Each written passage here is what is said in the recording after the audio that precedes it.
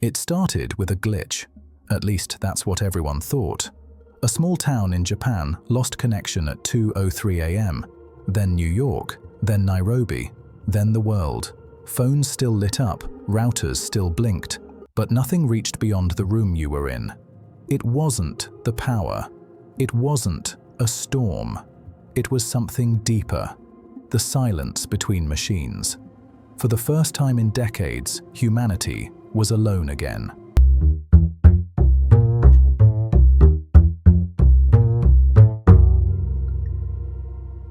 Morning breaks. People reach for their phones, but nothing loads. Screens freeze, airports halt, flights hover, waiting for signals that never come. Traders stare at silent tickers, messages hang mid-air. Are you there? No one replies. By noon, it's undeniable. The internet isn't down, it's gone. Supermarkets stall, no restocks. GPS fades mid-route. Cars drift in confusion. Banks close their doors. ATM machines blink. System unavailable. And in that silence, something strange happens. People look up, not at screens, at faces, at eyes, at life, right next to them. The first victims are not people, they're habits. The influencer with no feed, the trader with no market, the student whose homework lived on the cloud.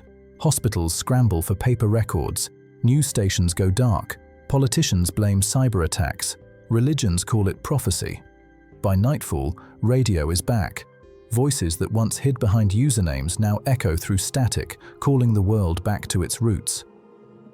The internet was not just communication, it was logistics. Trucks stop moving, factories cannot request parts, pharmacies run out of supplies, and cities begin to feel the squeeze. Cash becomes the new gold. But ATM machines cannot dispense the gold. People start to travel, on foot, to find food, water, information. Whispers replace notifications. The world feels bigger again, too big. Something shifts. The panic burns out, and curiosity walks in. Kids play outside. Neighbors share food.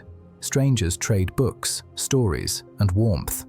The air feels heavier but real. There is laughter in the streets, not recorded, not posted, just heard. Old radios hum like ghosts of another era. And for the first time in years, silence sounds like peace. Without the digital mirror, people start seeing themselves. Some cannot handle it. They miss the distraction, the constant hum that told them who they were. Others start to remember. Artists paint again. Writers fill notebooks. Families sit under stars instead of screens. The withdrawal turns into reflection. The reflection turns into clarity. And the question that no one can Google becomes louder. What were we before this? Governments gather, face to face. World leaders cross oceans carrying handwritten letters. The old systems wake up slowly, backup, analog, and human. But beneath the hum of rebuilding, a quiet fear spreads. If 7 days were enough to forget who we were, what would 30 do? Farmers keep planting. Markets bloom in parks. Barter replaces balance sheets. Human rhythm overtakes digital time. The world slows down, and somehow, that feels dangerous. At 7:12 in the morning, a single server in Switzerland flickers to life. Then another, then thousands. A pulse races through the undersea cables. The world exhales, phones buzz awake, screens light up, laughter fades back into scrolling. Silence drowns under pings and notifications. Peace dissolves into noise. And just like that, it is over. 7 days, erased like a dream you cannot quite remember. But not everyone returns. Some stay unplugged, because they saw something the rest did not. Life, without the feed. The internet did not end humanity. It simply reminded us what humanity was. It showed us how fragile connection really is, and how much of it never needed Wi-Fi to begin with.